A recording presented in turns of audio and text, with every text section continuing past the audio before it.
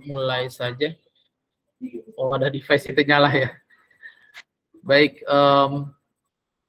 bismillahirrahmanirrahim. Innal hamdalillah nahmaduhu wa nasta'inuhu wa nastaghfiruh wa na'udzu billahi min sururi anfusina wa min sayyiati a'malina may yahdihillahu fala mudhillalah wa ma yudlilhu fala hadiyalah.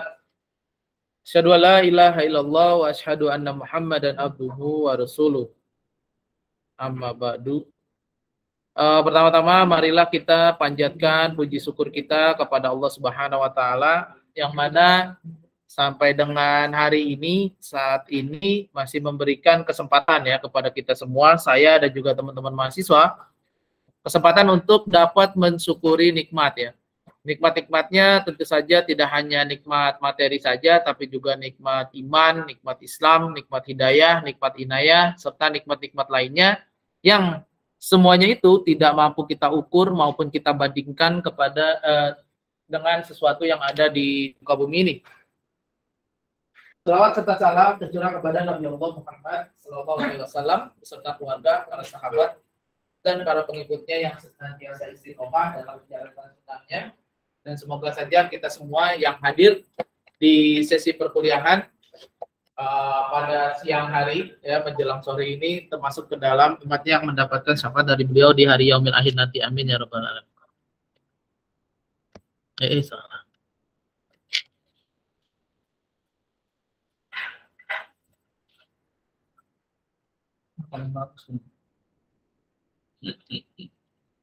Nggak mau kan? Di sini nggak mau deh. Nggak mau dia, ambekan. Pergi aja kali ganti kabel. Iya, itu lagi ini teknis itu. Bingung. Oke, baik. Kalau mahasiswa semua, di kelas yang pagi, terus yang kami menjelang siang sama sekarang. Jadi di kelas saya karena kita targetnya 2 tahun lagi kita akan akreditasi internasional. Kita akan menuju akreditasi internasional.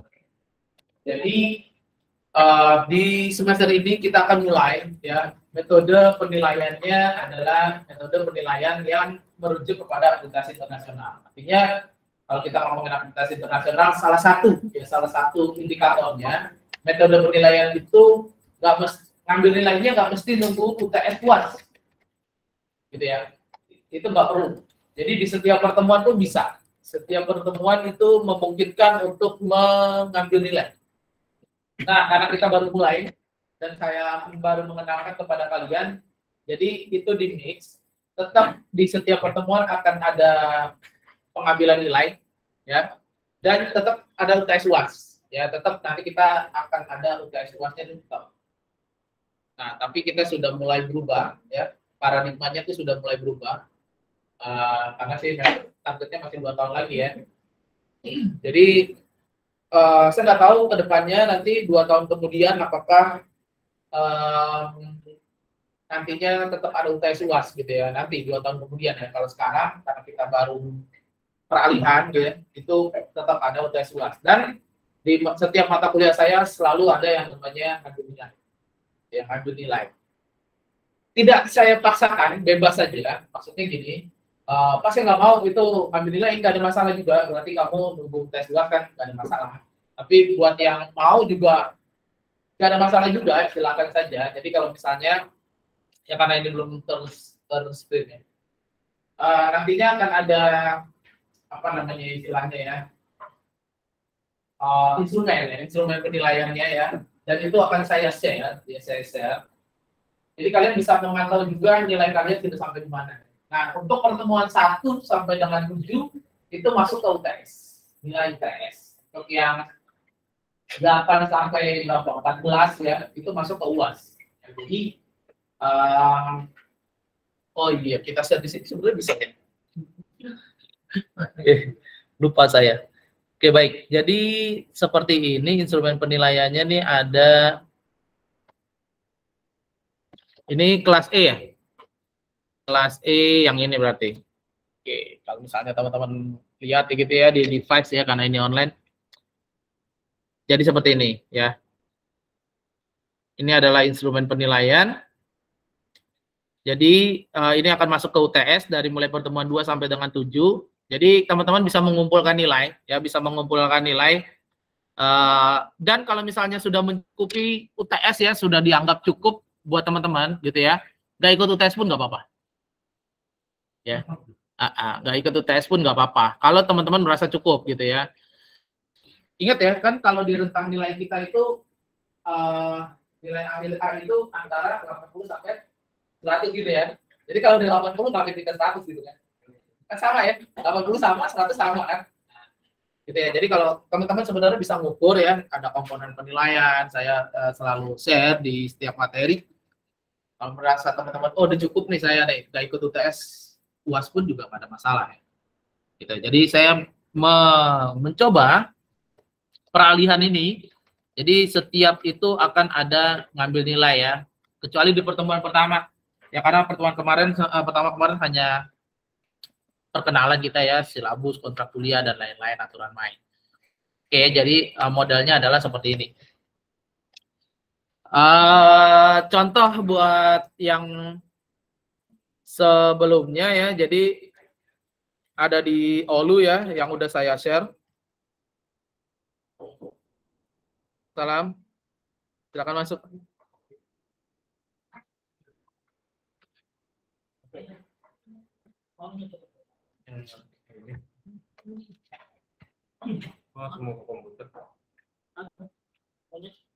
Ini yang F. Nah ini ya, jadi selalu akan ada gitu ya di sini. Ya teman-teman bisa cek sendiri gitu. Nah ini ya contohnya nih. Jadi di pertemuan pertama pun sudah ada yang dapat 14 gitu nilainya. Ya. Kalian bisa cek sendiri ya, di pertemuan pertama sudah ada yang dapat 14 ya. Jadi di setiap pertemuan akan ada nilai gitu ya. Jadi ya tinggal kalian ukur aja gitu ya. Dan saya tidak memaksakan, siapapun boleh gitu ya, siapapun boleh. Ini artinya tidak memaksa karena ini baru perkenalan saja. Tapi di kelas saya, setiap mata kuliah yang saya ampu ini akan ada ngambil nilai di setiap pertemuan gitu ya. Jadi ini akan akumulasi ter UTS. Nah setelah pertemuan 8 sampai dengan 14 itu akan masuk ke UAS. Oke baik ya, kita langsung ke materi aja karena sudah. Oke, hari ini kita akan ngomongin, membicarakan atau mendiskusikan tentang yang namanya etika profesi. Kalau ini jalan ininya ya. Ininya jalan nih pakai timing. Oke, nggak usah pakai timing. Oke, baik. Yang pertama adalah etika. Etika itu berasal dari bahasa Yunani, ya. Bahasa Yunani yang kalau dari bahasa Yunani itu artinya adalah ethos, ya. Ethos. Jadi kalau misalnya teman-teman pernah dengar gitu ya, ethos kerja gitu ya. Ethos ya, itu bahasa dari Yunani. Artinya adalah ethos tersebut adalah dia berarti karakter, berarti watak, bisa juga kesusilaan atau adat kebiasaan ya. Jadi arti dari ethos ya, bahasa Yunani itu adalah karakter, watak, kesusilaan, atau adat kebiasaan. Nah makanya kalau misalnya kita ngomongin etika, itu hubungannya sama karakter kita. Attitude, hubungannya sama attitude kita. Hubungannya sama watak, gitu ya, dan hubungannya sama kebiasaan. Jadi sebenarnya etika itu sebenarnya itu muncul dari diri kita, gitu ya. Bisa juga muncul dari sesuatu yang menjadi contoh kita atau yang menjadi idola kita, gitu ya. Itu akan muncul tuh. Etikanya akan mengikuti atau setidaknya menyerempet-nyerempet gitu ya ke seperti itu. Oke, nah etika ini berkaitan dengan konsep yang dimiliki oleh individu atau kelompok, bisa juga kelompok, tapi biasanya etika ini individu. Nah ini etika ini untuk menilai apakah tindakan-tindakan yang telah dikerjakan oleh individu tersebut itu bernilai salah atau bernilai benar, ya, atau bisa juga dikatakan bernilai buruk atau bernilai baik. Menurut Martin 1993 ya, etika ya, dari bukunya Martin ini definisinya adalah merupakan sebuah disiplin yang dapat bertindak sebagai acuan. Jadi etika ini adalah acuan atau indeks capaian untuk sistem kendali orang tersebut ya. Jadi gimana ya? Dia merupakan sebuah acuan etika. Seseorang itu dikatakan etikanya baik, ya acuannya dari etika itu, gitu ya.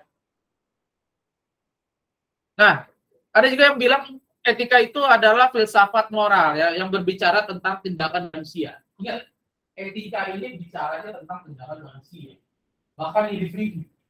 Jadi terkadang kita ya di kehidupan masyarakat kalau mengeneralisir sesuatu itu, misalnya ada berbuat salah di organisasi atau di institusi tersebut, terus kita generalisir, oh dia etikanya semuanya kayak gitu, salah. Karena etika itu biasanya individu.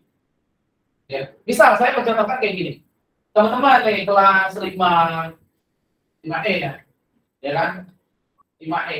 Ada yang satu aja berbuat salah misalnya, gitu ya. Terus saya akhirnya jadi nggak mau ngajar gitu misalnya ya.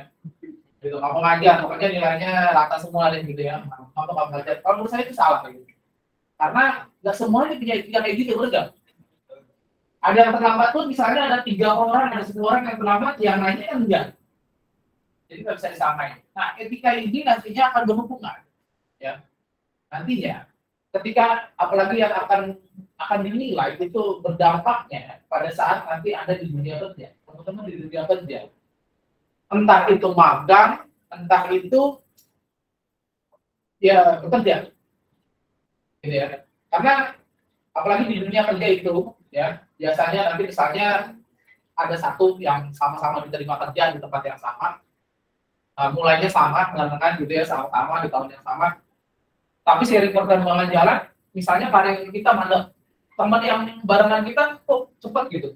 Apakah dia pakai dukun gitu ya, atau pakai apa nih, ajian apa gitu? Enggak, dan salah gitu. Belum tentu ya, belum tentu. Biasanya di sebuah organisasi ya, atau institusi, orang itu akan lebih cepat naik ya, atau dapat promosi, naik jadi dan lain sebagainya itu kalau seseorang itu mampu beradaptasi dengan baik, ya, beradaptasi dengan lingkungannya dengan baik, atau yang paling penting adalah dia punya attitude yang baik, punya etika yang baik. Itu adalah perbedaan. Jadi kalau kita ngomongin pintar gitu ya, oh karena dia lebih pintar, enggak juga. Karena di dunia ini orang pintar itu lebih udah banyak gitu ya. Di Indonesia orang pintar udah banyak, cuman orang pintar yang beretika saya nggak tahu bagaimana. Apakah sama dengan orang pintar yang ada di Indonesia? Beda. Nah, perusahaan juga gitu, dia akan lebih senang punya employee atau karyawan yang lebih beretika, karena kalau namanya sesuatu yang dia didatang itu dia mungkin bisa belajar, gitu ya. Jadi pekerjaannya apa, dia mungkin bisa mempelajari itu. Tapi kalau etika ini yang sudah dibangun.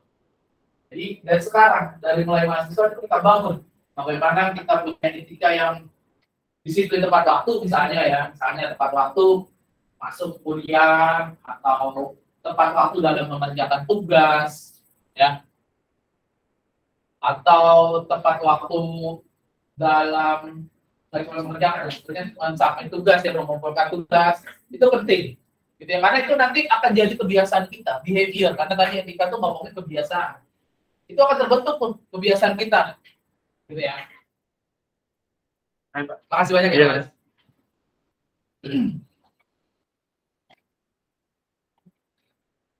Oke, jadi dimanapun kita harus punya etika. Atau tadi udah dibantu kan, Pak, memang kewajiban dia. Tapi apa salahnya kita ucapkan terima kasih dengan itu.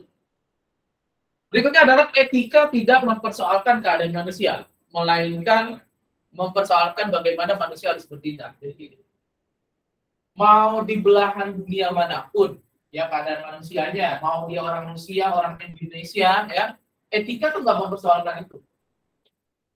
Mau dia orang kaya, dia orang miskin, dia orang menengah, tetap harus punya etika. Apakah beda etika?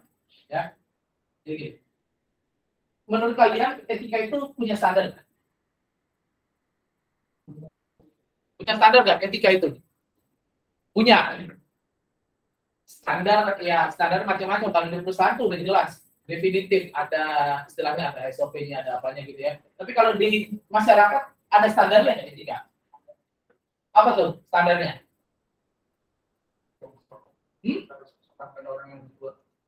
Ya, standarnya ada nggak? Maksudnya kita berdeskripsi di nggak ada. Nggak ada. Nah, terus bisa bilang harus sopan dengan orang tua, nggak boleh berbohong gitu ya. Itu dari mana? Dari mana? Warisan. Karena gini, secara tanpa sadar kita dari dalam kita tuh namanya manusia bisa belajar dan kita tahu mana yang baik, mana yang buruk gitu ya. Jadi kalau misalnya tadi harus sopan sama orang tua, berarti lawan katanya kan nggak sopan sama orang yang lebih tua ya. Menurut kita udah bisa bedain, ternyata itu sesuatu yang buruk gitu ya, beda sama sesuatu yang tadi yang disebutkan ya, itu baik. Walaupun itu nggak ada standarnya, tadi ngomongin, tidak mempersoalkan keadaan manusia, mau dia miskin, mau dia kaya, kita akan menilai etika sopan terhadap orang yang lebih tua itu etika yang bagus, gitu ya. Artinya nggak mempersoalkan keadaan manusia. Emang yang kaya, kok nggak mempersoalkan orang yang lebih tua? Yang kaya? Enggak kan? Yang miskin kok karena lu miskin gue nggak belajar, nggak mempersoalkan orang yang lebih tua. Enggak juga kan? Jadi dia nggak mempersoalkan keadaan manusia. Yang dipersoalkan adalah manusia, tindakan manusia harus bertindak seperti apa. Mau di belahan dunia bagaimanapun ya mungkin berbeda-beda, tapi pada intinya standarnya walaupun itu tidak terdefinitif secara pasti, ya mungkin itu dari agama ya, dari agama yang mempengaruhi kita kan, bahwa hormat kepada orang yang lebih tua itu sesuatu yang dianjurkan kan gitu kan ya. Itu secara tidak langsung membentuk etika kita. Ya, jadi kata kuncinya etika tidak mempersoalkan keadaan manusia, melainkan mempersoalkan bagaimana manusia tersebut harus bertindak. Menurut KBBI, definisi etika itu adalah ilmu tentang apa yang baik dan yang buruk, tentang hak dan kewajiban moral, kumpulan asas atau nilai yang berkenaan dengan akhlak, nilai mengenai benar dan salah yang dianut masyarakat. Muncul kata-kata masyarakat. Etika hubungannya sama masyarakat. Kenapa? Why? Kenapa muncul masyarakat? Tadi ngomongnya manusia individu. Sekarang muncul masyarakat. Kenapa? Nilai mengenai benar dan salah yang dianut masyarakat. Kenapa? Bahasanya banyak filosofi nih kalau etika nih. Kenapa tuh? Silakan, ngomong aja, nggak usah ragu ya, salah juga nggak apa-apa ya, namanya lagi belajar. Iya, masyarakat kan ya? Iya, kenapa tuh? Berhubungan sama orang banyak, kenapa? Why? Karena kita diterapkan, mirip, hampir nyerempet. Apalagi tuh? Karena yang menilai etika itu orang lain, masyarakat. Kita nggak tahu nih etika kita baik atau enggak, karena itu udah menjadi sebuah kebiasaan, benar nggak? Yang menilai adalah orang lain. Orang lain yang akan menilai Anda punya etika bagus atau buruk. Sama, di dunia pekerjaan juga gitu. Yang menilai itu adalah orang lain.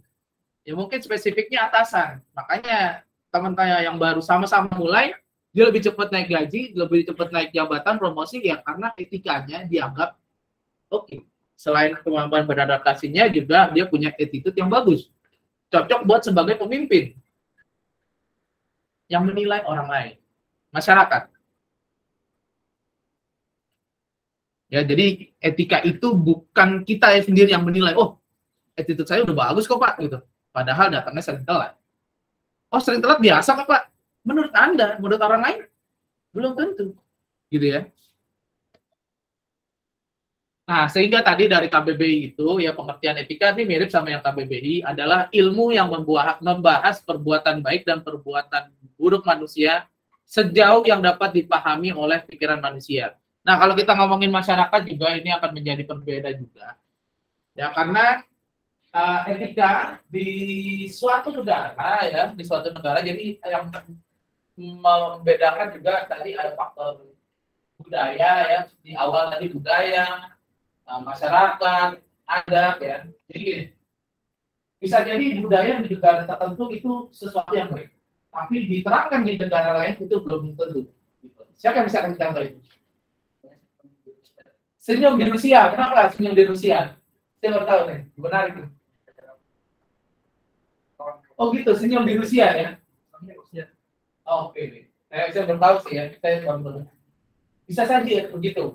Atau yang paling mudah misalnya di negara-negara luar Indonesia, misalnya di Amerika atau di Eropa gitu lah ya, berpakaian terbuka itu hal yang biasa, gitu ya. Cipika-cipiki, gacungan perempuan ya, laki perempuan juga itu hal yang biasa, benar ya. Coba kalau di Indonesia, belum tentu, gitu ya. Belum tentu kalau di Jaksel mungkin ya, biasa kalau di Jaksel. Nah ini kan Jakarta Timur ya, saya. Ini belum tentu, gitu loh. Di Bali orang berjemur bebas-bebas gitu ya. Di Jakarta itu kalau nggak semuanya ngelirik semua gitu ya, benar nggak? Benar, etikanya gitu loh. Jadi di negara mereka ya kok gitu ya. Tapi kalau di sini kalau dapat peringatan gitu ya, itu tadi nggak semuanya bisa diadopsi. Balik lagi, nilai mengenai benar dan salah yang dianut masyarakat yang mana ya? Masyarakat di tempat itu. Jadi kayak misalnya nanti misalnya teman-teman ada KKN di suku Baduy misalnya, Baduy Pedalaman, ya. Itu kan ada aturan yang nggak boleh dilanggar gitu ya. Kita harus ikutin dulu. Padahal itu biasa aja gitu kan, biasa aja. Tapi menurut mereka ya mungkin itu sesuatu yang tabu mungkin ya. Jadi saya punya pengalaman gitu ya. Saya nggak tahu sih ada Kalimantan nggak? Hah? Terus? Jadi dulu saya kerja gitu ya. Jadi karena dulu banget. Pokoknya gitu ya, kalau kemalaman di rumah orang kan kita di ini ya. Kalau kemalaman masuk hutan itu jalan tuh nggak kelihatan, tiba-tiba jurang lagi, walaupun ada lampu tapi terbatas banget gitu visible-nya. Pemalaman bermalam di rumah orang lah gitu ya, istilahnya setempat lah gitu ya. Daya kan ya. Itu seharusnya kita nggak boleh ngajak ngomong gitu. Ada perempuan gitu ya, masih single gitu sendiri, kita nggak boleh ada ngomong aja. Karena kata kuncinya kalau misalnya diajak ngomong, ya itu harus dinikahin gitu. Iya, coba tanya deh rupanya itu yang punya pengalaman.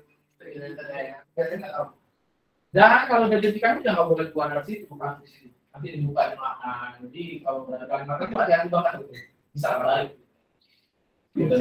Anda bisa lihat, pokoknya dibukain lahan nggak boleh kemana-mana. Belum balik pun udah ada sesuatunya kan gitu. Banyak ada ceritanya kayak gitu. Itu etika. Di tempat tertentu itu etika. Gitu. Makanya kita sebelum misalnya ke panel itu kita harus tanya dulu apa nih yang boleh, apa yang tidak diperbolehkan. Ya biasanya ke ketua ada setempat dan lain-lain.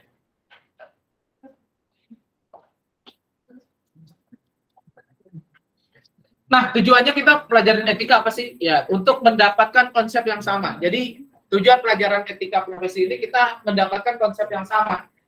Mengenai apa? Mengenai penilaian baik itu seperti apa, penilaian buruk itu seperti apa gitu. Karena memang kalau kita menilai sesuatu namanya kualitas ya.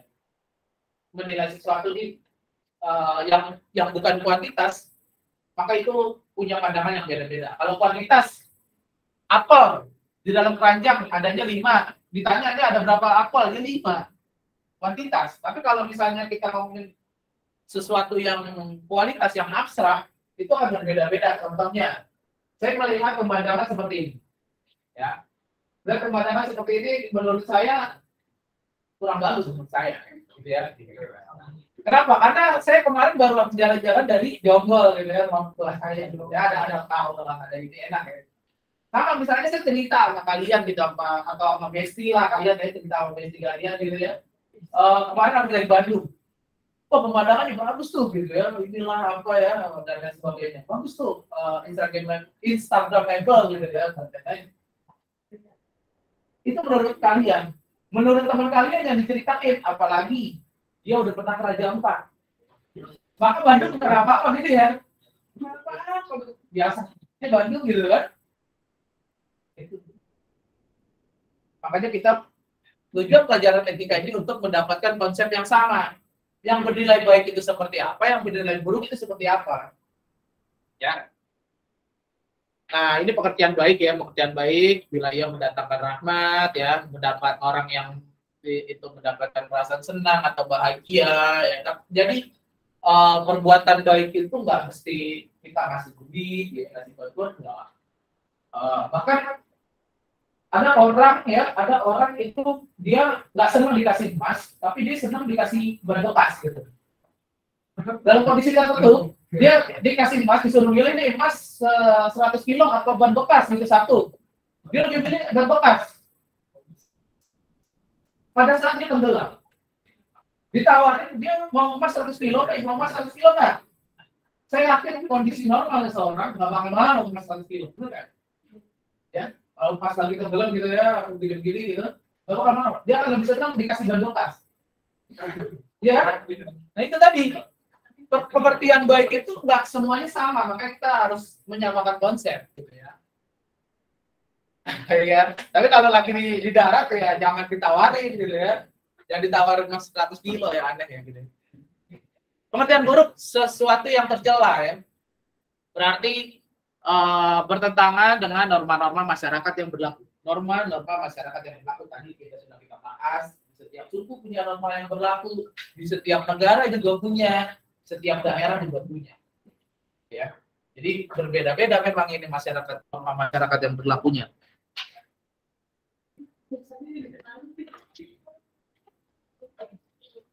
Ini kita rasanya mati aja. Baik, itu tadi etika. Sekarang adalah profesi. Profesi ini tidak ada standar pekerjaan. Sesuatu pekerjaan itu disebut profesi, ya. Jadi yang paling penting adalah profesi adalah jabatan seseorang walaupun profesi tersebut tidak bersifat komersial. Contohnya, ya, seorang punya jabatan walaupun profesi tidak bersifat komersial. Ada yang bisa bantu saya? Kayak gimana sih?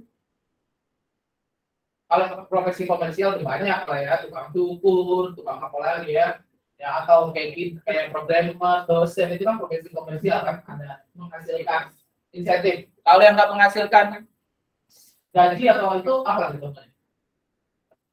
Guru, duit dong. Guru nggak gaji. Wah itu luar biasa. Bisa saja ada di terkecil ya pendalaman itu guru nggak gaji, benar. Bisa saja. Contohnya ya,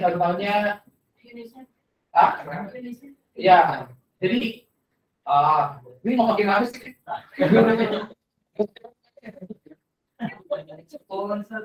Ya udah kita udah langsung masuk aja ya. Yang udah bersifat komersial katanya relawan. Kan relawan gaji ya. Ya atas dasar kemanusiaan aja gitu ya. Hah? Marbot kok. Marbot itu nggak digaji bener. Tapi terkadang ada yang ngasih ya. Ya dari pengurus ya, dari KN gitu ya, penyisikan. Tapi kan itu pada intinya dia nggak ada, pokoknya lu jadi marbot, gue gaji segini nggak ada gitu ya. Jadi ada, tapi marbot profesi juga.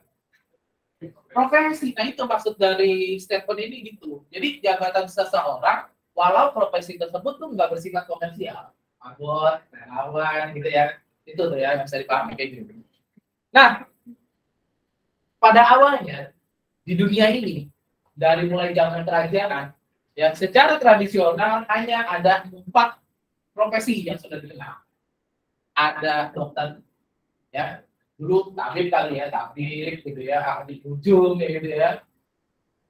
Bidang hukum ya, hukum itu bisa penegak, prajurit TNI kan gitu ya. Pendidikan, guru ya, guru dari zaman dulu sudah ada gitu ya. Sama pemuka agama.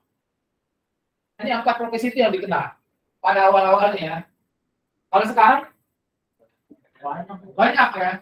Bahkan kalau misalnya ada yang bilang kok era teknologi 4.0 banyak profesi jadi profesi yang hilang gitu ya, tergantikan dengan mesin gitu misalnya ya. Tapi ingat teman-teman, kata kuncinya ada yang bilang ada yang datang. Ada yang bilang ada yang datang. Karena gini, Menurut saya, setiap orang itu punya masanya. Setiap masa itu punya orangnya. Gitu ya. Jadi, kalaupun ada yang hilang, biasanya berganti. Contoh yang hilang, jenis profesi yang hilang, contohnya kayak gimana? Menurut kalian ya?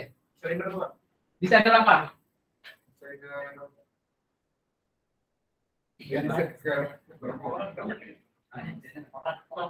Tukang koran hilang karena ada ini ya, tapi masih ada. Ya, tapi udah mulai hilang kayak gitu deh, tukang koran hilang. Tapi muncul profesi-profesi baru loh. Contohnya profesi baru. Iya, media online apa tuh? Blogger, apa lagi? Content creator, YouTuber, ya. Zaman saya kecil, zaman saya nih ngomong ini ya, nggak jauh lah kalian. Begitu ditanya cita-citanya apa? Nggak ada yang tahu tuh mau jadi YouTuber. Coba sekarang bandingin sama kalian nih, punya adik-adik kecil di rumah nih masih bocil-bocil tuh, ditanya mau jadi apa kalau jadi YouTuber? Gamers loh sekarang, jadi profesi. Kita dulu tuh nggak kebayang main game gitu ya, jadi profesi. Sekarang gamers profesi lokal. Ya kan? Luar biasa. Jadi gitu, ada yang hilang, kok kita disrupsi, akan muncul sesuatu yang baru. Ya, akan muncul sesuatu yang baru. Jadi setiap orang ada masanya, setiap masa itu pasti ada orang. Jadi jangan juga kalian istilahnya apa ya, pesimis semua. Kalau begini mah kerjaan lebih susah. Banyak, bahkan di zaman sekarang ini banyak artis-artis atau selebgram yang butuh orang yang bisa edit video gitu ya, karena mereka nggak ada waktu editin video, editin apalagi foto gitu ya, buat posting. Mereka kan butuh orang, jadi itu dibayar profesional ya. Silakan dicari gitu ya intinya.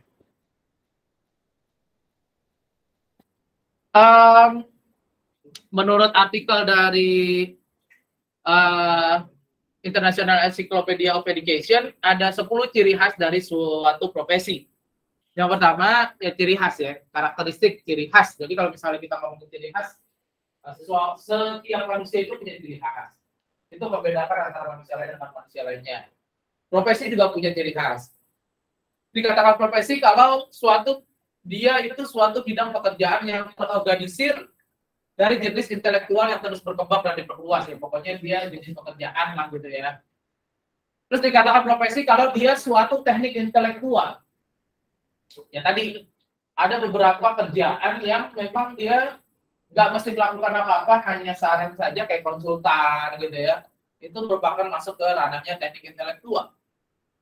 Terus penerapan praktis dari teknik intelektual, dia dikatakan profesi juga merupakan suatu periode panjang untuk pelatihan dan sertifikasi. Sertifikasi juga termasuk profesi. Gitu ya, termasuk. Karena apa? Ya, kalau kita ngomongin sertifikasi, apalagi yang internasional itu, kita mulai menyandang gelar sertifikasi. Jadi kalau orang punya gelar panjang-panjang, salah satunya pasti gelar sertifikasi. Gitu ya. Terus, dikatakan profesi kalau ada beberapa standar dan pernyataan tentang etika yang diselenggarakan. Ini hubungannya sama kode etik profesi. Nanti kita bahas nih hari ini. Dikatakan profesi juga dia punya kemampuan untuk kepemimpinan pada profesi sendiri. Ya, jadi punya kemampuan untuk memimpin profesinya dia sendiri. Jadi contohnya mungkin dia punya wirausaha. Ya, misalnya wirausahanya mungkin misalnya macam-macam lah ya, tukang cukur misalnya gitu ya. Dia punya kemampuan untuk memimpin dirinya sendiri, untuk menjalankan profesinya. Itu profesi. Gitu, ya. Atau dia mungkin Anda menciptakan profesi yang baru, mungkin ya. Tapi Anda punya kemampuan untuk memimpin diri Anda, untuk bagaimana mencintai profesi itu, menjalankan profesi itu merupakan sebuah profesi. Yang ketujuh adalah ada asosiasi.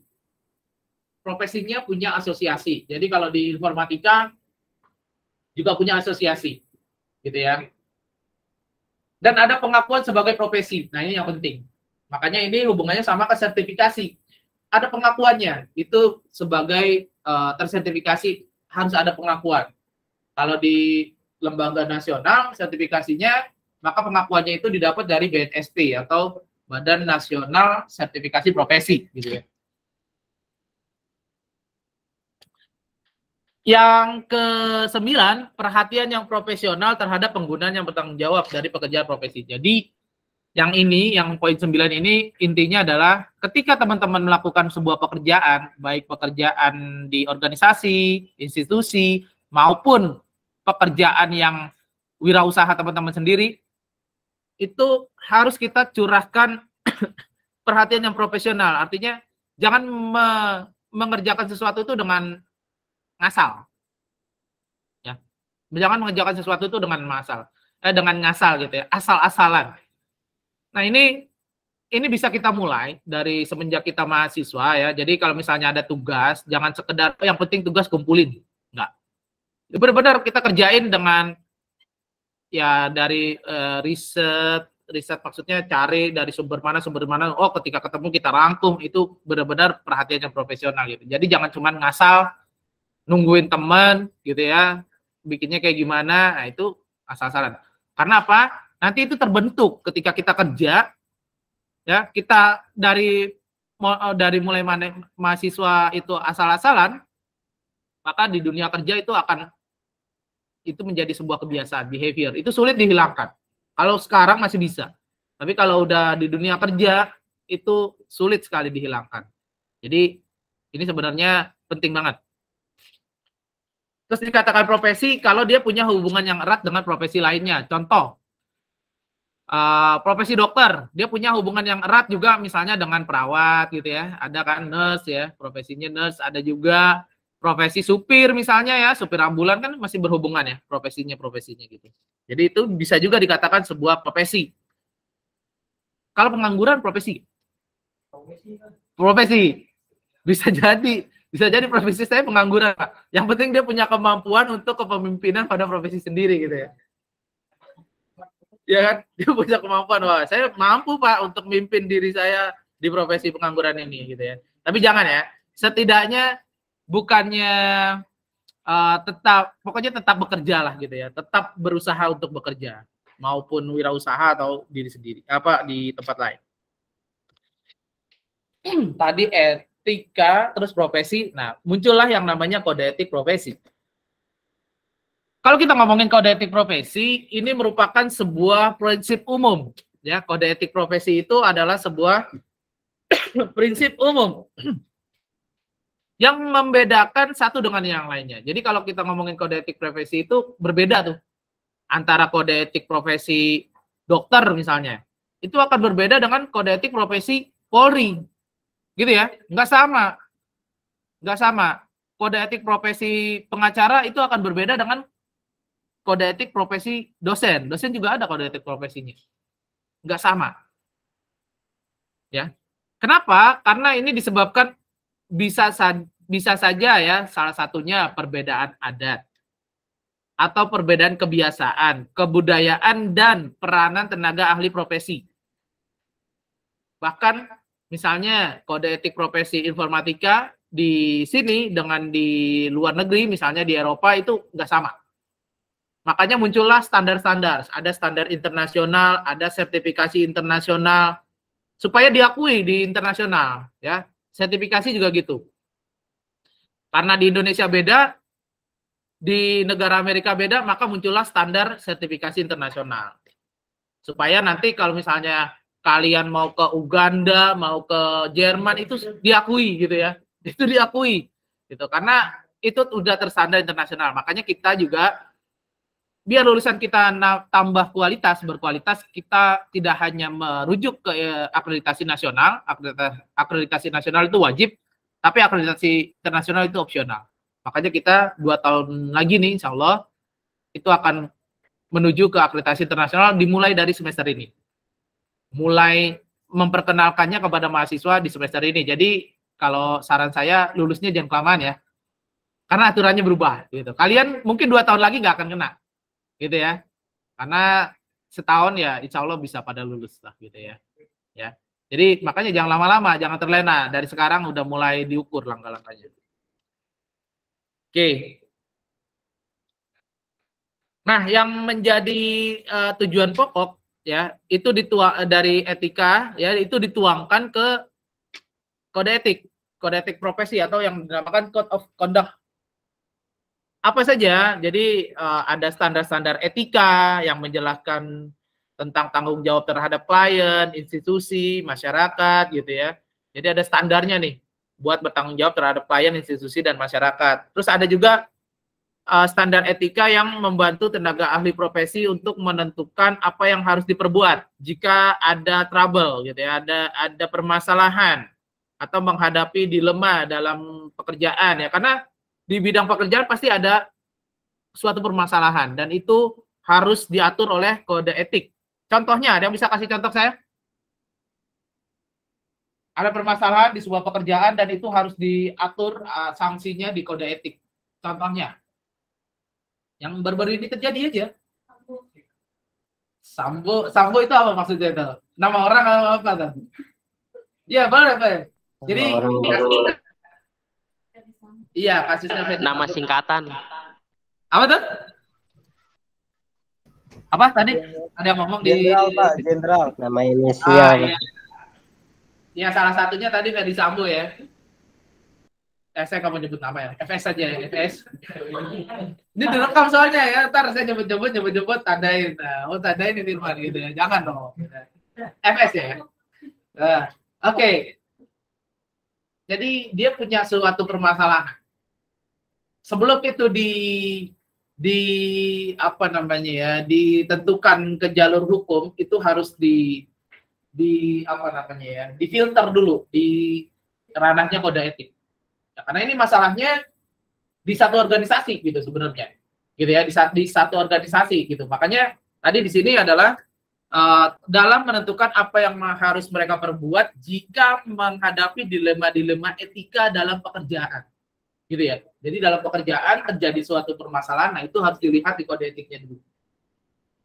Sama dokter juga gitu. Dokter misalnya terjadi permasalahan, maka ada sanksinya. Ya, dokter itu di bawah IDI ya, Ikatan Dokter Indonesia gitu ya. Ada kode etik kedokteran. Gitu. Sanksi paling beratnya kalau dokter itu adalah dia nggak boleh praktek. Izin prakteknya tuh dicabut, gitu ya. Ya tetap gelar dokternya tetap. Dia tetap boleh pakai gelar dokter, tapi sanksinya dia nggak boleh praktek. Dokter kalau nggak praktek ngapain gitu ya? Kan nggak boleh praktek, nggak boleh. Orang mau konsultasi kalau ketahuan dia praktek ya, gitu ya. Itu udah dia kena sanksi lagi, lebih berat lagi, gitu ya. Jadi dia biasanya ada durasi waktunya, nggak boleh praktek selama berapa tahun gitu ya. Itu diaturnya kayak gitu. Nah kalau tadi ngomongin FS ya, terjadi suatu permasalahan, sanksi terberatnya kalau Polri itu apa kode etiknya? Nggak cuma pecat ya, namanya PTDH. Kalau pecat doang, itu ya kalau kalian baca kode etik Polri-nya, kalau pecat doang dia ya udah dipecat aja, tapi pangkatnya dia masih boleh pakai. Pangkatnya itu dia masih boleh pakai. Dia dia mantan atau apa gitu ya istilahnya ya. Kolonel siapa? Kalau Polri bukan kolonel ya, kombes apa gitu ya misalnya ya. Tapi kalau PTDH dia nggak boleh pakai pangkat lagi udah. Jadi sipil lagi, bukan militer. Kalau militer gitu ya, namanya PTDH baik TNI maupun Polri. Sanksi terberatnya adalah PTDH. Nah itu sesuatu yang apa ya, menurut saya sih menyakitkan ya. Karena gini teman-teman, oke lah terlepas dari perlakuan dia ya, saya cuma mau bahas kode etiknya aja. Seseorang itu menanjak itu bukan hal yang mudah. Ya, kalau PNS aja misalnya ya, ada yang orang tuanya PNS itu naik golongan setiap 4 tahun. 4 tahun baru bisa naik golongan. Kalau pangkat gitu ya, ya ada rentang waktunya, misalnya 4 tahun gitu ya, baru dia boleh diajukan naik pangkat, atau dia berprestasi, gitu ya, dia punya prestasi yang luar biasa, dia cepat, gitu ya. Nah, kalau udah nyampe bintang gitu, ya bintang 1 aja tuh udah pangkatnya udah jauh banget tuh, gitu. Apalagi bintang 2 ya, dan itu dicabut, tidak dengan hormat. Jadi itu sesuatu luar biasa, kehilangan yang luar biasa. Makanya kalau misalnya itu, makanya jangan sampai ya, etika ini, kode etik ini mengatur hal-hal yang diperbolehkan maupun yang tidak diperbolehkan. Jadi sebenarnya udah jelas tuh di kode etik itu, gitu ya. Nah, itu membuat si seseorang itu akan berpikir 2 kali jika mau berbuat, gitu ya. Jadi dosen juga ada kode etiknya. Jadi kalau menurut saya ada, misalnya ada dosen yang ngambek gara-gara ya 1 orang terus nggak mau ngajar lagi, gitu ya. Nilainya pukul rata semua, menurut saya itu nggak bagus, gitu ya. Menurut saya, gitu ya. Jadi kalau ngambek ya jangan ngambekan gitu ya. Udah bukan baperan ya. Kalau saya nggak ada masalah gitu. Pokoknya tiba-tiba nilai akhir beda ya. Enggak. Kayak gitu. Oke, tadi sampai mana ya? Ya pokoknya ini ya, nanti bisa dibaca sama teman-teman. Terus ada yang namanya profesionalisme. Profesionalisme. Jadi asal katanya dari profesi. Ingat kalau sesuatu yang isme-isme itu, ya, itu adalah sebuah pemahaman, doktrin. Ya. Sesuatu yang isme-isme, ada dinamisme, ya, doktrin tentang dinamis, ada komunisme, gitu ya, ada animisme, gitu lah ya, banyak. Itu pemahaman, doktrin. Profesionalisme juga. Jadi kalau profesionalisme itu pemahaman yang harusnya atau yang wajib dikerjakan, gitu ya, oleh setiap eksekutif yang baik. Maksudnya eksekutif ini adalah seorang yang melakukan pekerjaannya dengan baik, maka dia dikatakan profesionalisme. Jadi profesionalisme itu bukan bergantung kepada lamanya dia bekerja. Jadi contohnya gini, misal ada orang yang udah bekerja puluhan tahun, apakah dia dikatakan profesional? Belum tentu. Belum tentu, gitu ya. Jadi seseorang dikatakan profesional ya karena dia udah punya kualitas yang baik, yang baik lah, gitu ya, dan itu terstate gitu loh, terstate dan diakui, gitu aja. Ya, jadi kalau misalnya ada teman-teman yang udah lama main e-football atau pro, gitu ya, belum tentu teman-teman profesional, gitu ya. Belum tentu. Nah, ciri-ciri dari orang yang profesionalisme atau bisa dikatakan sebagai profesionalisme, yang pertama, dia punya keterampilan yang tinggi, skillnya tinggi. Ciri-cirinya ya, salah satunya dia punya skill tinggi, mahir dalam menggunakan tools tertentu yang diperlukan dalam pelaksanaan tugas yang bersangkutan dengan bidangnya. Misal, di sebuah pekerjaannya administrasi lah, gitu, yang gampang dibayangkan.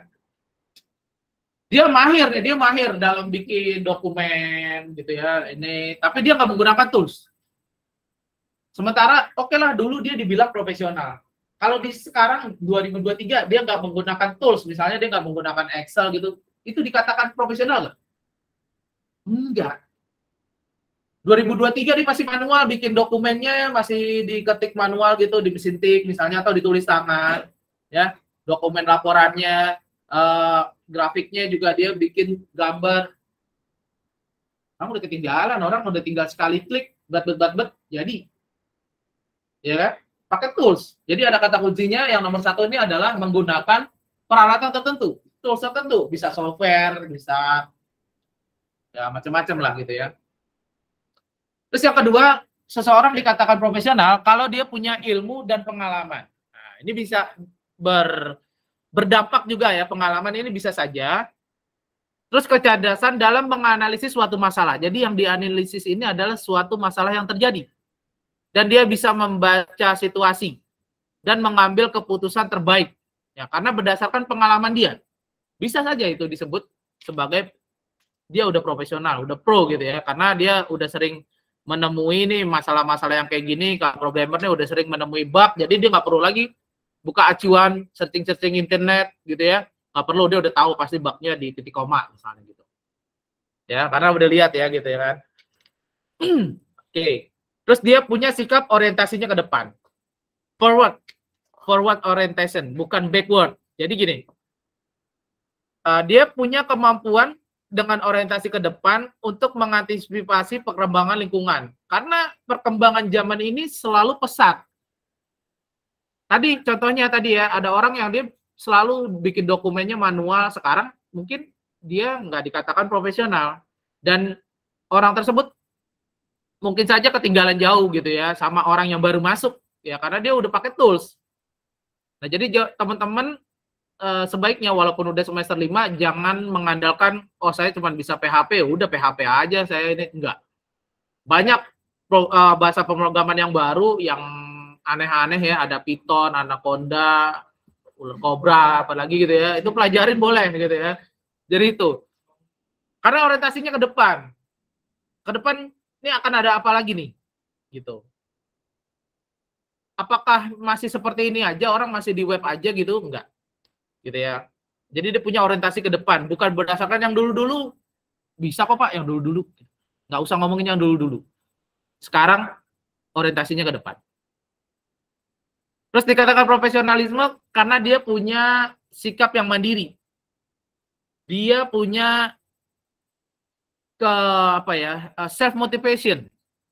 Ya kan? Dan dia punya keyakinan akan kemampuannya dia, skillnya dia. Dan dia mau memperhatikan dan menghargai pendapat orang lain. Gitu ya. Jadi makanya di setiap organisasi ya ketika menemui permasalahan itu selalu ada meeting. Atau ketika akan memulai sebuah proyek itu pasti ada meeting. Kalau misalnya ngapain ada meeting? Gua kan bos. Ya pasti harus diterima nih pendapat gua gitu kan.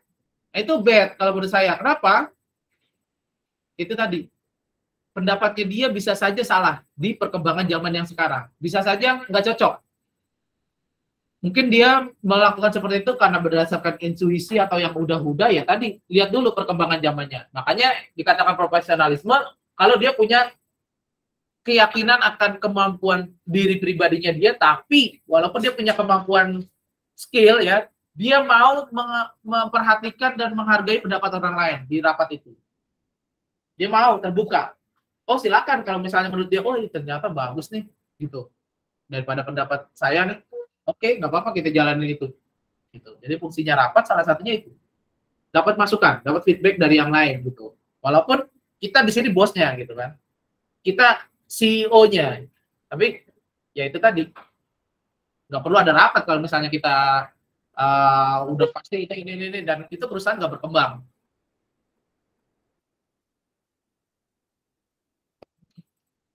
Oh udah selesai. Cepet banget, kenapa cepet ya?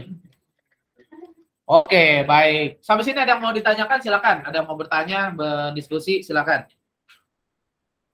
Boleh.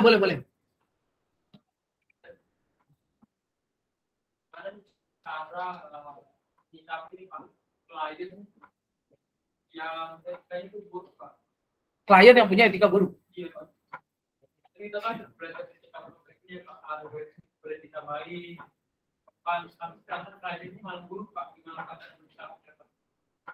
Ya, baik. Terima kasih atensinya ya. Siapa namanya tadi? Rizky Adi. Baik, Rizky. Kalau ngomongin cara menyikapinya, klien yang punya etika buruk ya, Namanya klien nih ya, namanya klien gitu ya. Dia pasti akan berpikir pembeli adalah raja, gitu ya. Pembeli adalah, dan itu sesuatu yang memang sering kita temui nanti gitu ya. Kalau misalnya kita kerja di sebuah software house yang bergantung dengan proyek-proyek, itu pasti klien akan seperti itu. Makanya tapi kalau misalnya ngomongin etika, sebenarnya itu udah tanggung jawab dia sendiri gitu ya. Karena yang menilai kan nggak cuma kita ya.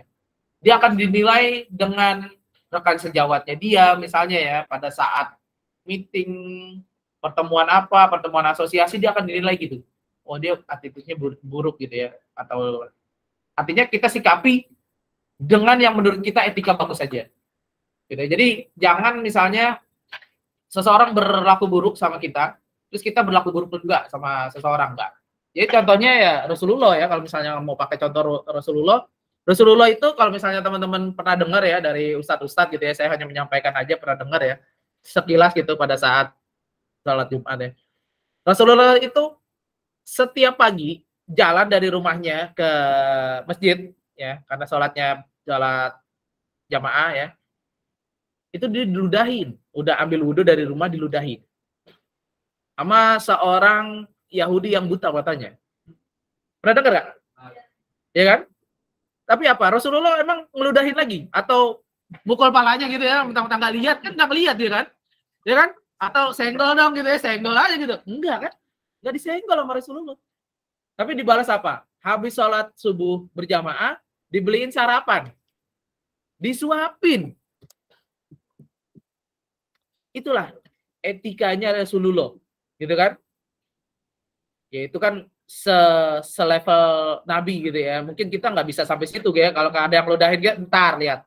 Tandain gitu ya. Ya gitu ya. Tapi ya itu tadi.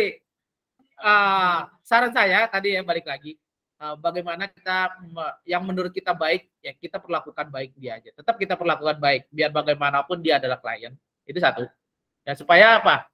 Ya, kita pengennya dia repeat order gitu ya. Jadi dia akan order lagi ke kita gitu ya. Karena kan kita bergantung sama project. Jadi pada intinya kita di dalam agama pun agama Islam kita nggak boleh perlakuan buruk kita balas buruk, nggak boleh gitu ya. Malah kita harus balas dengan baik gitu. Rasulullah sudah mencontohkan. Jadi kayak gitu ya sampai dia meninggal baru tahu tuh orang itu kan. Orang itu baru tahu kalau ternyata yang sering nyuapin dia adalah yang diludahin gitu ya. Karena Abu Bakar itu kan pas mau contohin itu beda tuh. Ya kan? Itu berbeda gitu. Kayaknya kamu bukan yang biasa nih gitu kan. Dan yang biasa lewat itu nggak pernah tuh saya nggak pernah ngeludahin lagi karena nggak kedengeran langkah kaki yang biasanya gitu kan. Nah itu baru ketahuan di situ kan. Jadi seperti itu mungkin ya jawaban saya. Jadi biar bagaimanapun dia adalah klien dan masalah yang balas atau tidak itu pasti semua yang kita lakukan ini ada balasannya. Ya, walaupun nggak di dunia langsung, di akhiratnya pasti ada balasannya. Gitu aja sih. Oke, baik. Ada lagi yang mau bertanya silakan. Ya. Nabi. Wah, ini pertanyaan baik. Saya nggak bisa jawab karena itu hubungannya sama agama ya. Yang pasti pada dasarnya ya tadi balik lagi hanya ada 4 yang diakui pemuka agama.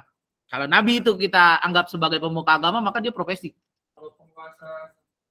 Nah, penguasa, kenapa? Dulu udah ada raja-raja ya? Udah ada raja-raja, kenapa dia nggak disebut profesi? Tadi ciri-ciri profesi itu adalah sesuatu yang diraih. Raja itu nggak diraih, gift, diberikan. Ya kan? Ya kan? Nggak bisa kan orang biasa jadi raja kan? Zaman dulu nih ngomonginnya, nggak bisa. Zaman sekarang jarang raja ya. Kecuali dia mau bikin kerajaan sendiri ya, sudah empire gitu ya. Itu saya nggak tahu hal itu ya. Kecuali kan gitu ya, itu beda ya, anomali. Tapi zaman dulu tuh enggak, karena raja itu diberikan gift, makanya dia nggak termasuk jenis profesi. Karena dia nggak diraih. Gitu ya. Nah, tadi makanya hubungannya Nabi tadi. Nabi itu profesi atau bukan? Pertanyaan yang baik. Saya nggak bisa memutuskan itu karena ranahnya bukan ranah saya, mungkin di AIK nanti ditanyain aja. Tapi kalau kita anggap dia sebagai pemuka agama, maka dia profesi. Karena masuk pemuka agama, gitu ya. Tapi kan kalau Nabi kan diberikan ya, gift ya. Nah, tapi itu tadi saya nggak bisa memutuskan itu, gitu. Tapi kalau dia pemuka agama, maka dia profesi. Karena zaman dulu hanya ada 4 itu profesinya, yang lain nggak ada. YouTuber nggak ada ya zaman dulu, gitu ya. Oke baik, ada lagi yang mau ditanyain sebelum kita tanya jawab gitu. Jadi kita akan ada tanya jawab. Yang online udah masuk, yang offline udah masuk juga ke Google Meet. Silakan masuk ya. Kodenya adalah ini nih, kodenya ini kok nggak kelihatan ya?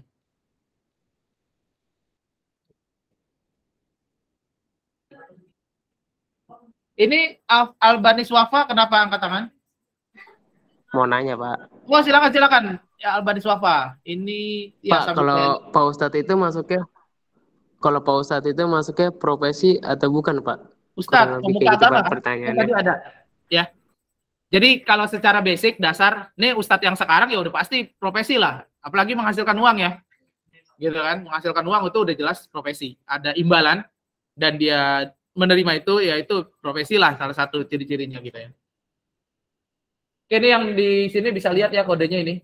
Oke, baik. Ada lagi yang mau bertanya silakan. Apa mau nanya, Pak? Taufik, ya gimana Taufik? Saya mau nanya, Pak. Ya. Bagaimana cara agar kode etik profesi dapat berfungsi dengan baik, Pak? Sorry, saya nggak terlalu dengar gimana ya. Ini pertanyaannya, Pak. Cara agar kode etik profesi dapat berfungsi dengan baik, Pak. Berfungsi dengan baik. Oke, good question. Bagaimana cara agar kode etik berfungsi dengan baik? Kode etik itu tidak berfungsi. Maksudnya yang gini, kode etik itu hanya standar. Ya, yang menjalankannya, yang melakukannya adalah yang terlibat di profesi itu. Jadi dokter udah punya kode etiknya. Yang pasti apakah dia berfungsi dengan baik tergantung dari pengawasan, ya. Karena kode etik ini sebenarnya nanti diawasi oleh asosiasi gitu ya. Nanti kita akan bahas nih, ada pertemuannya di pertemuan berapa gitu, itu spesifik membahas tentang kode etik gitu ya. Jadi masalah dia berfungsi dengan baik atau tidak, ya itu tadi. Karena ya bisa saja ya, namanya manusia nih selalu ada bisikan setan. Bisa saja manusia itu keluar dari jalurnya. Makanya harus ada yang mengawasi, harus ada yang mengontrol, controlling gitu ya. Atau di manusianya harus juga terbuka nih, mau dikritik gitu kan. Ketika ada teman yang bilang, oh enggak, perbuatannya salah itu, seperti itu. Kita harus mau nih dikritik. Oh iya emang kayak gitu kan. Misalnya ya banyak lah misalnya gitu ya. Jadi artinya kode etik tidak selalu berfungsi dengan baik karena apa ya tadi, bisa dari segi manusianya, bisa juga dari segi pengawasannya mungkin ya. Pengawasannya kurang ya. Kalau kasusnya FS dia terlalu berkuasa gitu ya, karena dia kan jadi gini, di militer itu ada divisi, kalau di TNI itu ada namanya polisi militer gitu ya. Ya, kalau angkatan darat Pomat gitu ya, polisi militer angkatan darat, kalau angkatan laut, polisi militer angkatan laut. Nah, itu mengawasi tentara gitu ya, tentara. Nah, kalau di polisi ada divisinya, namanya propam gitu ya.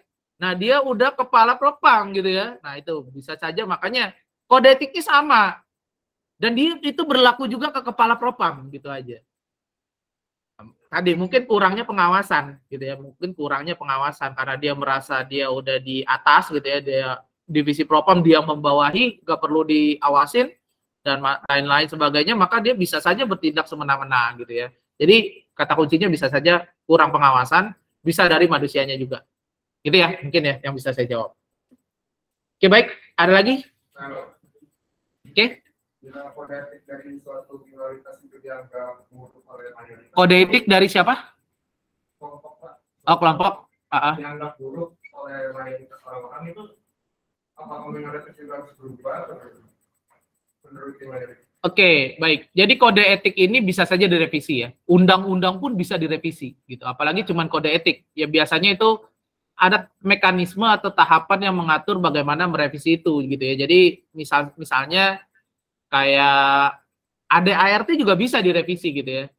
Mungkin di rapat tahunan ada mayoritas misalnya dari anggota 80% misalnya dari anggota menganggap kode etik kita ini perlu direvisi karena ada kejadian ini tapi nggak bisa diatur gitu kan. Nggak ada aturan yang jelas untuk memberikan sanksi kepada kejadian yang ini misalnya. Maka itu bisa saja direvisi kode etiknya. Gitu. Nggak ada masalah gitu ya. Boleh, diperbolehkan gitu. Oke, baik. Ada lagi? Kalau nggak ada kita mulai. Jangan lupa masuk join di Google Meet ya. Pak, mau nanya Pak. Oh iya, ada lagi. Silakan. Saya mau nanya Pak. Tes Iya. Pak.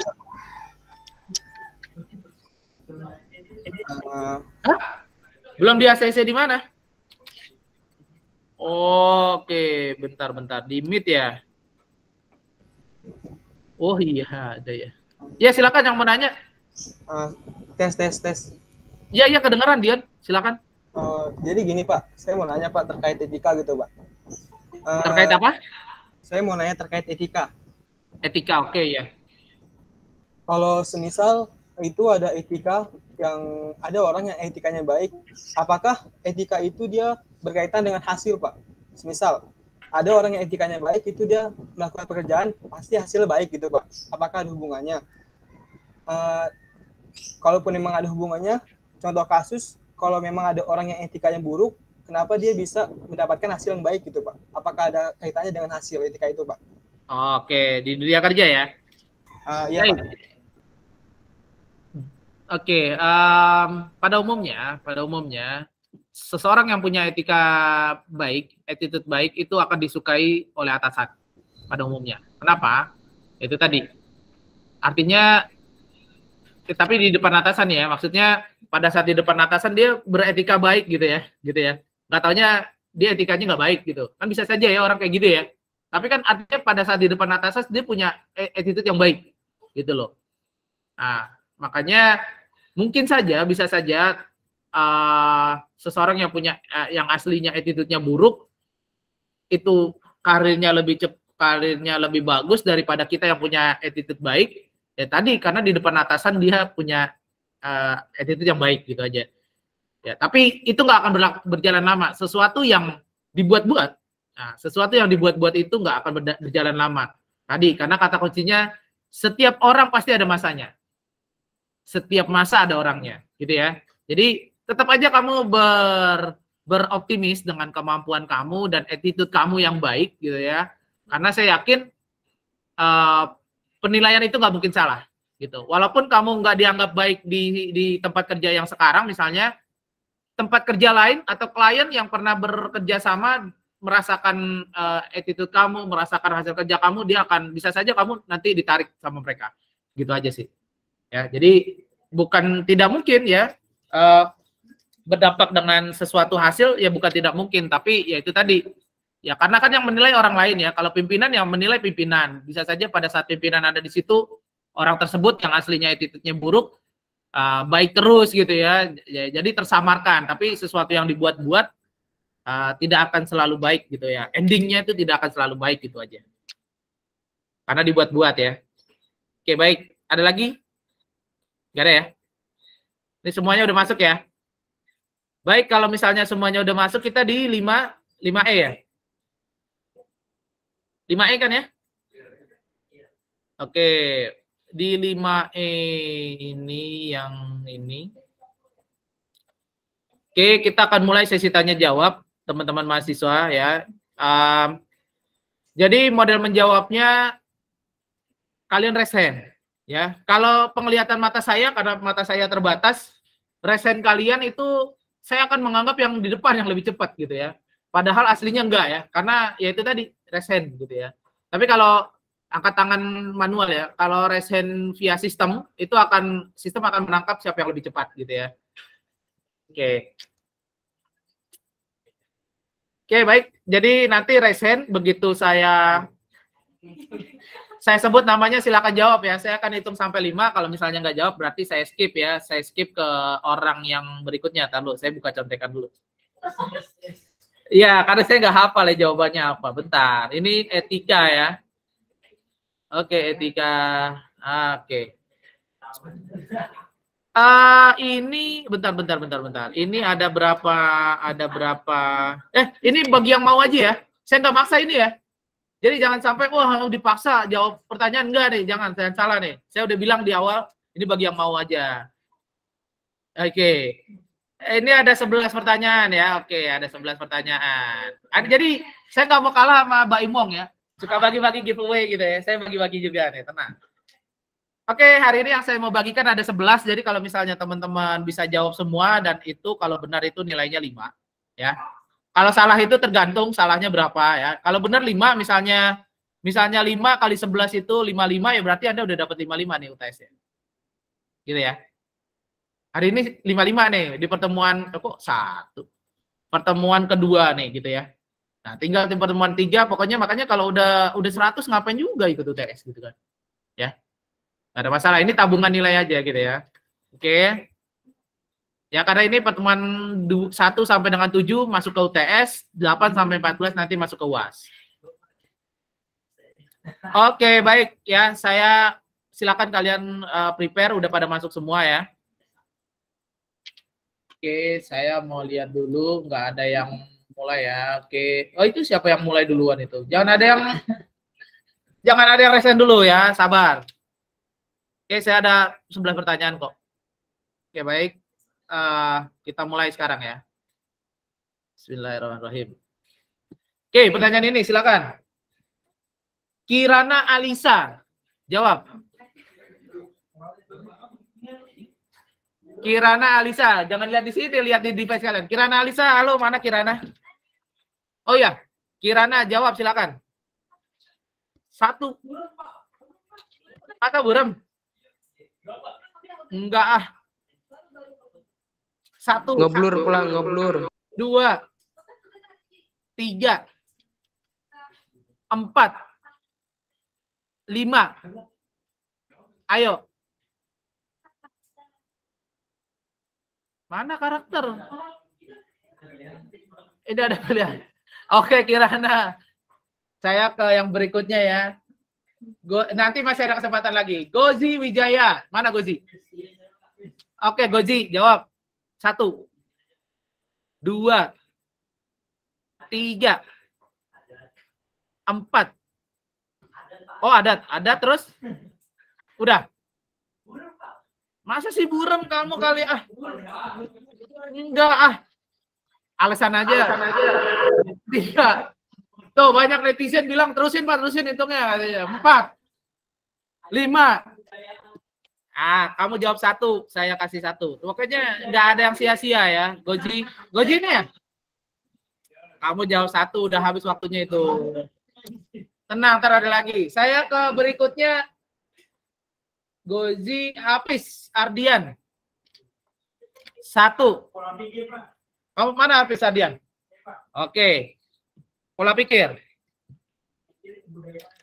Terus kebudayaan, adat. Udah.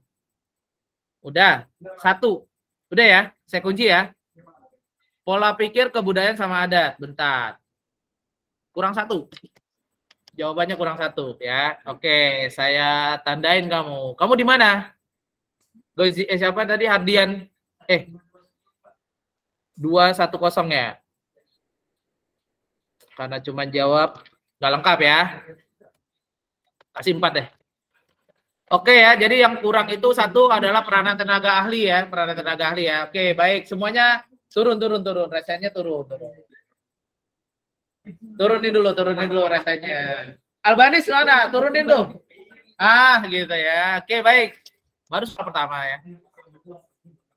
Oke ya, berikutnya ya. Siap-siap ya, siap-siap. Jangan mulai dulu, Oke, silakan dijawab. Kirana Alisa. Mana Kirana? Oke, jawab. 1, 2, 3, 4, 5. Apa? Etika ini ya, saya kunci ya. Lalu saya lihat contekan dulu. Ilmu, bahas perbuatan baik. Ah, oke. Gitu dong. Ya sebenarnya pada intinya tunjuk tangan dulu ya. Iya, masalah jawab. Kirana kamu di mana nih? Di mana? 206. Gitu. Oke ya. Ini makanya sistem, kalau kamu angkat tangan gini saya nggak bisa lihat, apalagi yang di rumah ya. Kalau sistem saya bisa lihat. Deh, semuanya turun dulu ya. Sabar. Rino turun dulu Rino. Oke, Rino ya. Tar dulu. Ntar dulu nih. Siapa sih ini? Hafiz deh. Hafiz apa siapa tadi tuh? Sabar ya, giveaway. Iya, tar dulu. Pertanyaannya belum. Oke, silakan. Nah, pokoknya tunjuk tangan dulu aja. Kifandi, 1, 2. Pendidikan, pemuka agama, hukum, sama kedokteran. Benar nih? Benar? Kunci ini ya? Nah dulu. Saya nggak mau di-prank sama kalian nih. Saya lihat dulu deh. Pendidikan. Mana sih itu tadi? Oh ini ya. Oke, sip. Ada 4 ya. Kifandi di mana Kifandi? 117 ya. Oke ya. Oke, siap lagi ya. Turun dulu semuanya. Turun. Ya, oke, kita clearin dulu. Sabar. Dia ada yang pakai bot kali ya. Muncul mulu dia. Ini loh. Tuh. Saya suruh dia. Tuh. Sabar ya. Belum ya. Saya sabar ya. Siap-siap ya. Tar dulu. Ini Oke, kalian pokoknya lihat device kalian aja ya. Oke, silakan. Ciri-ciri profesionalisme. Ciri-ciri profesionalisme. Oke, ini ada beberapa nih. Ya. Alvin Mansur. Silakan. Kelihatan nggak? Kalau nggak kamu lihat di itu aja di nggak kelihatan ya?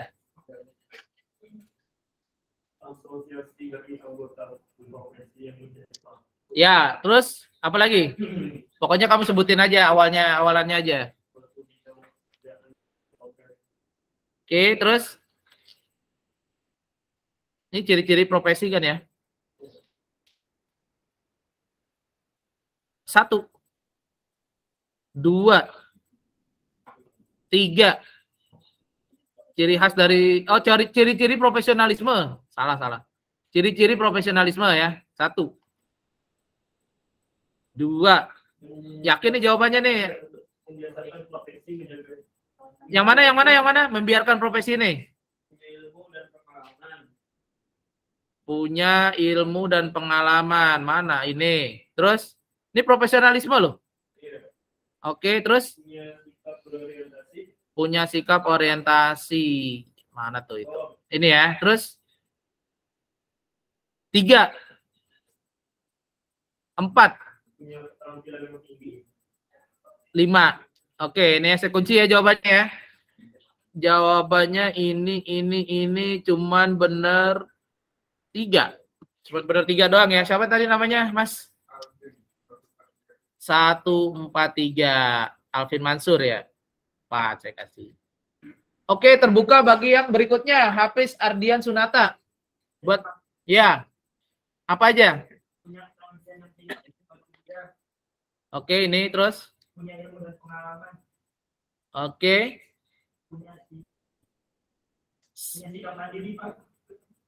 3, 4, 5. Habis ya waktunya ya. Cuman bener 3 juga nih. Siapa namanya? Kurang 1 lagi loh ini ya. Siapa tadi? Apis Adiansa. Mana Apis Adiansa nih? Di mana kamu Apis Adiansa? 5210 ya. 210. Oke, saya kasih 4 juga jadi 8 ya. Oke, baik ya. Jadi sebenarnya kurang 1 ya. Oke, turun dulu. Turun dulu resennya. Oke, sip. Kita beralih ke pertanyaan kelima ya. Sabar, siapa Hafiz nih benar-benar pakai bot ya, Hafiz ya. Itu Amir Ahmad, turun dulu Amir Ahmad. Oke. Amir Ahmad mana nih Amir Ahmad? Tidur kali. Amir, turun Amir. Ini chat aja. Oke, Amir Ahmad saya nggak hitung ya. Saya mau ganti nih. Ya, berarti nggak dihitung ya Amir Ahmad ya. Oke, siap-siap ya. Oke, silakan. Ciri khas suatu profesi.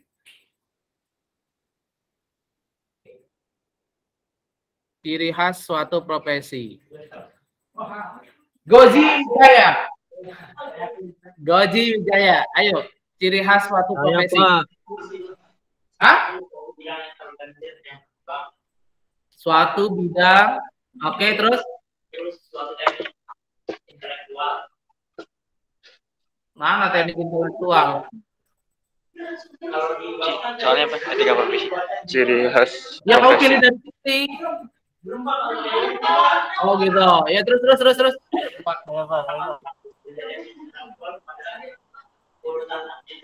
Terus? Asosiasi dan anggota profesi yang menjadi suatu kelompok yang keras.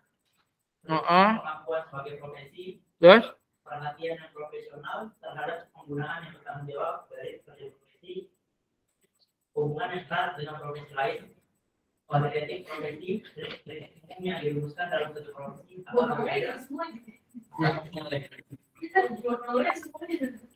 Ya, oke. Ya, yang penting tunjuk tangan ya. Di mana kamu posisinya? Siapa tadi Goji? Hah? 5021. Oh, 021. Oke, Goji. Oke, semuanya turun dulu ya, turun dulu. Yang lain turun dulu ya, Kirana, Akbar, Albanis ya. Kirana di sini. Oh, kenapa? Kamu mental? Mental. Oke, Kirana ya. Baik ya. Siap-siap ya. Usahain masuk ya. Kirana berarti nggak dihitung dulu nih. Albanis sabar, Albanis. Belum ya, belum. Oke, baik. Entar dulu Irfan. Oh iya, silakan. Sabar. Ya, oh iya udah jam berapa tuh? Oke, siap. Langsung ya. Oke, silakan. Etika menurut KBBI. Saya Pak. Mana saya? Kirana nggak dihitung. Rino. Mana Rino? Ayo Rino, jawab. Ada Pak. Iya, jawab. 1. 2. Menurut KBBI itu ilmu 3. tentang apa yang baik dan yang buruk, tentang hak dan kewajiban Yang kencengan. Ntar dulu Pak. Menurut KBBI, etika adalah ilmu tentang apa yang baik dan yang buruk. Yang kedua tuh Pak, yang kedua nih ya. Oke. Ya. Rino di mana Rino? Ini yang pertama ya, Rino ya. Pak. Ya Pak. Thank you Pak. Oke, baik. Yang lainnya turun. Makanya nih waktunya udah habis nih. Ayo kita percepat. Masih ada 5 lagi. Tenang teman-teman. Yang lain turun semua. Sania turun Sania. Oh, Sania mau keluar. Oke. Sabar. Ini siapa sih? Ini sabar. Pakai bot ya. Oke, baik. Silakan.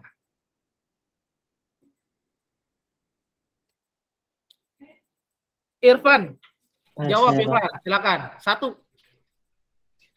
2.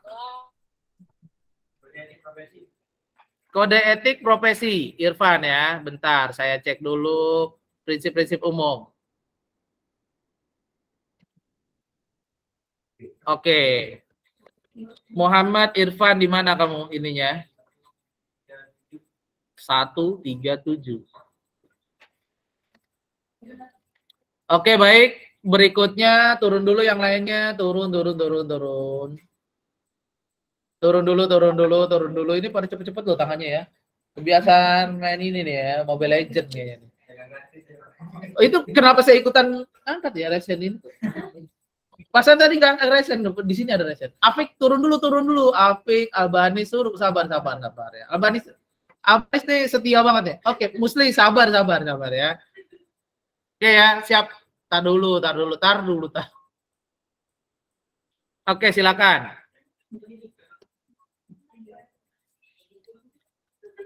Hafiz Ardian lagi. Profesi. Ini. Akbar Pak. Jabatan seseorang. Oke. Hafiz Ardian nih, cepet tangannya nih dia nih. Hafiz Ardian di mana kamu? 1 210 ya. Wah, Hafiz Ardian udah 13 dia nih. Mantap. Oke, yang lainnya turun dulu. 3 pertanyaan lagi sebelum kita akhiri nih. Yang lain turun dulu ya. Dion Albanis. Yang mau ada kelas silakan ya. Saya nggak sayang. Aduh, ya terserah kita. Oke, baik ya. Ini 3 lagi ya. Siap-siap ya, siap-siap. Oke, silakan. Code of Conduct. Alvin Mansur. Jawab, Alvin Mansur. Silakan jawab. Alvin Mansur. Ya, sebutin aja pokoknya. Sebutin aja deh yang dari catatan. Oke, siap. Terima kasih ya. Oke. Udah itu ya? Oke lah ya. Alvin Mansur, di mana Alvin Mansur ini? Kita kelamaan di sini. Mana Alvin Mansur? Berapa? 0 berapa? 043 ya. Oh, 143 saya nyari. Oke, baik. Baik ya, mungkin itu ya yang bisa saya sampaikan. Terima kasih teman-teman mahasiswa. Ini hasilnya akan saya share. Ya, tetap semangat, tetap beribadah dengan baik dan benar. Nasrul minallah wa fathun qarib wa basyiril mu'minin. Billahi bisabil haq. Fastabiqul khairat. Wassalamualaikum warahmatullahi wabarakatuh. Waalaikumsalam warahmatullahi wabarakatuh. Jangan lupa absen ya. Ya, sama-sama.